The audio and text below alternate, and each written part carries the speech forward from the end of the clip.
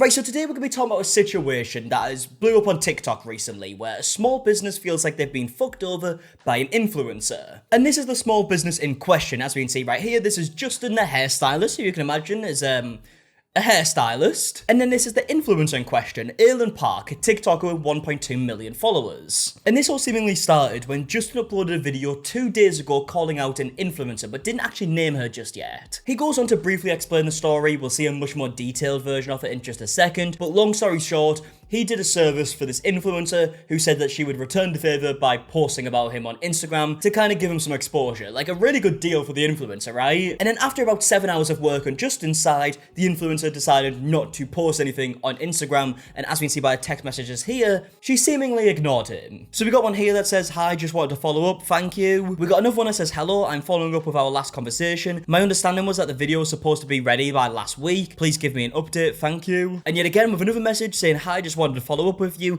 I understand you're busy, but I wanted to see what was going on with the post. Please let me know, thank you." And yet again with another message which is more of the same stuff. At this point he's waited about a month, it looks like, and clearly he's not really hearing anything back about it. But after Justin uploaded this video where he was being a bit more vague, he decided to upload a video where he basically just told the full story and actually spoke about who this influencer was. If you're a small business owner, do not collab with her. Recently, I reached out to her back in March. I offered to do a haircut for free in exchange for a story. As a small business owner, I thought that it would be a good marketing scheme. But she came back saying, "I want a color also." So I thought about it for a while and I was like, you know what? Okay, I'll do a color and cut too. So I did her color, copper brown. It was a 7-hour service. I was on my feet all day. And it's normally a $350 service. Yeah, one thing I will say straight away is that this influencer definitely got the best deal out of this. I don't feel like this guy should have only asked for a story if he's going to be like transforming her hair for 7 hours straight. Like, it doesn't seem like enough to me. Like, realistically, you should have tried to push towards like getting a TikTok video or something, in my opinion, but what the fuck do I know? At first, she told me sometime in April. And then later on, she said, "I'll post before April's over." So now it's May 7th, that's a week after May. I texted her several times to see what's going on with the story, and it's not even a post. This is so easy to do. So at this point, she's ghosted me. It's clear that I've been scammed. Why do people find it so hard, specifically influencers it seems, to stick to their part of the deal? We just spoke about a situation like a week ago with like the music artist where someone had paid like, I think it was like $20 or something to have their music posted on someone's TikTok page. They then posted the video to their TikTok page, but then deleted it once they got the money. Like, why can't you just keep it on there? And similar with this, someone has done a service that took 7 hours to do apparently, where they've cut and colored your hair, and all you had to do was post a video. It is so easy to do, and you know what's even easier than doing the video itself? Is just texting and communicating that, look, I'm going to take a little bit longer than what we originally planned if that was the case, and you know, just like keep them in the loop. Now, one thing I will say, when we get to Aylen's video, in her defense, there is some stuff that isn't mentioned here that is a little bit more on her side, but we'll get to that when we get to her video. Alright, and then this way shows like proof I did her hair. Oh my god, this is so cute. I like it. Oh my god. Oh, I know what you mean. So I feel like I was robbed. This is gorgeous. This whole time she knew she wasn't going to fulfill her end of the deal. Yeah, so clearly he believes that Aylen Park, the TikToker, knew fine well that she was just going to scam Justin for the service that he provided and not provide her own service of like the Instagram story. Which, if that is true, is obviously disgusting, right? Making someone work for 7 hours, saying you're going to give them something in return and then not doing it, especially when the thing in return is so easy. It's just a video on Instagram. And then if we look at the comments of this video, people are clearly on Justin's side, right? We got people talking about the fact that she apparently turned her comments off. Wow, Aylen Park. Yeah, apparently she turned her comments off. They're not off anymore, I don't believe. Also, we got people bringing up the point that she's just posted it on her Instagram after this video went live. So as soon as the video went live calling her out, she then went and posted it on Instagram. So she had it. She either had it or it was really quick to do, which, I mean, yeah, it's an Instagram story. It probably was really quick to do. And then we just got a bunch more comments saying stuff like, "You need to take her to small claims court. You can get your money back. As a small business owner, this breaks my heart. 7 hours of work just for one story was very generous of you. I hope new clients find you from this." Yeah, like I said before, I don't feel like that was a very fair deal. And he didn't even get his side of the deal. But like I also mentioned before, Aylen does go on to tell her side of the story in this. And there is some stuff that she says that definitely makes her look quite a bit better in this situation. But yeah, I mean, we'll get to explanation here. In that video, he said that in exchange for all the hair services like cut and color, I would do a few Instagram stories for him shouting out his business. So after watching that video, I feel like a lot of details were left out.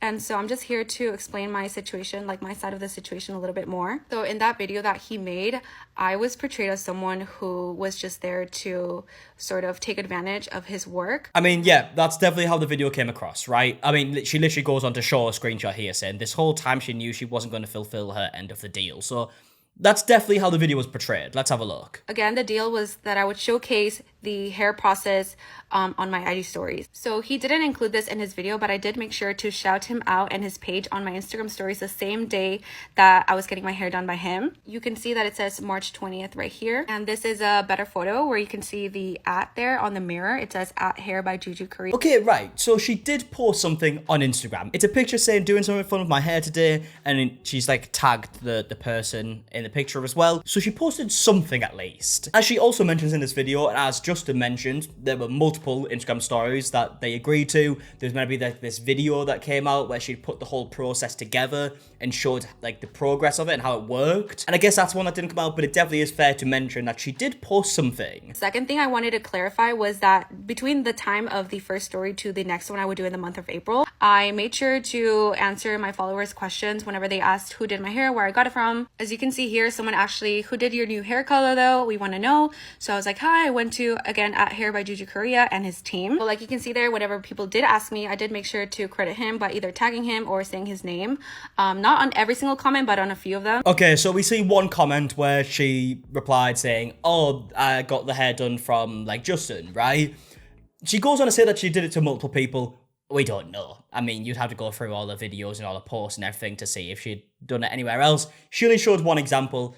So to me, like, she said it at least once. That's what I'm gathering. Third thing I wanted to talk about was why it took me so long to actually do the next story. So I think when you think of me doing a few stories in exchange for hair, you're thinking maybe like 1 or 2 or 3 photos or little clips here and there showing the process. But instead of that, I had actually filmed over 40 different clips at the hair appointment to make an entire video, because, you know, if you guys know me, you know that I go all out whenever I try to highlight like a service I got, whether it's like hair, nail. Okay, right. Let's have a look at this, because you're saying that there's 40 clips, and that does make it sound like, oh, it would take quite a bit longer. It doesn't necessarily mean it would take that long, I'll be honest, but let's have a look at one of the videos and we can take a bit of an educated guess. Come with me and my mom to get 2 beauty treatments that are really popular in Korea. My mom is 51, so she decided to get Oligio, which is a very popular treatment in Korea that helps with lifting the face. And unlike my mom, I'm still struggling with hyperpigmentation and post-acne marks, so I decided to get microneedling with PRP. So we're gonna show you the entire process of our treatment. Okay, right. I get, she does like, she cuts between the clips and does the voiceovers and has like the automatic captions. I'm assuming they're automatic, maybe they're not, who knows. Look, it obviously does take longer than just posting like a picture while you're at the salon. Like, obviously that's much quicker, but it's also not something that you would expect to wait a month for, like, clearly. I assume you could probably put all them clips together with the voiceover and everything within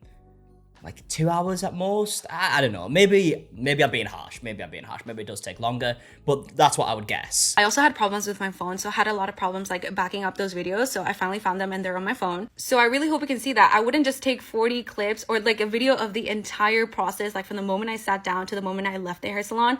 I wouldn't have made all those videos if I wasn't planning on really making a good video. But I do agree that it was my fault for not like continuously reminding Justin and letting him know like, hey, like it's actually taking a little bit longer. Yeah, that's definitely the big problem here, is the lack of communication. Like, if he's messaged you non-stop, which it seems like he was, and you were just ignoring him, that obviously does make it seem as if you were never going to post a video in the first place. Like, literally all she had to do to avoid this was say something along the lines of, okay, it's going to take a little bit longer for me to post it, I'm just trying to put the clips together, I'm trying to find time, maybe she's really busy, and that's the reason why. She just had to say something, but instead she apparently ignored him, which, again, does make it seem as if she was never going to post it. And I agree that finishing up the video story took me longer than it should have. And it is my fault for posting the second portion of the stories later than the discussed time frame. So I am really sorry about that. I did end up posting like a shorter version of the video I wanted to originally post on my stories, and I also did compensate him fully for all the services. Okay, right, so this is a very good part of the video, right? She's saying, taking like accountability for everything, saying this is my fault for this part, this part, this part. She also says that she did post something, which was obviously mentioned in the comments of Justin's video. She posted something after Justin's video went up, which is a shorter version of what she was originally going to post, and she has compensated him fully for the service, which is very good. I mean, as far as responses go, it's a pretty good one, isn't it? I didn't ghost him or, you know, like purposely get his services and, you know, completely dip. I made sure to get that first story that same day, also to remind my followers that who did my hair and stuff while I was waiting to get the second video up. So I just hope this helped clarify things, and thanks for listening. Okay, so that's the explanation from Aylen Park. Like I said before, this is actually a fairly good response with some bits I don't think make too much sense. I don't think the excuse of like putting the video together and it's like 40 clips is really like that good of an excuse, because again, if it's like an Instagram video, I assume it's going to be less than a minute long. It doesn't take that long to do in the grand scheme of things. It doesn't take as long as what Justin put into it anyways, at least. That's what I'm trying to say, right? Justin apparently worked for 7 hours doing Aylen's hair. The clip wouldn't have took that long. But either way, she does take accountability. She says that she has actually compensated him now for the service, as well as posting like a smaller version of the video. I think it's good, right? I think this is kind of a situation that should be dead and buried at this point, depending on how Justin feels about it. He hasn't posted anything about it that I can see since, so I don't know exactly how he feels about it. But yeah, it seems like a somewhat good ending. I don't know, it seems that way. But either way, I'm going to leave the video there, so if you did enjoy, please do a like down below, subscribe if you are new, and until the next one, I'll see you guys in a bit. Alright, goodbye.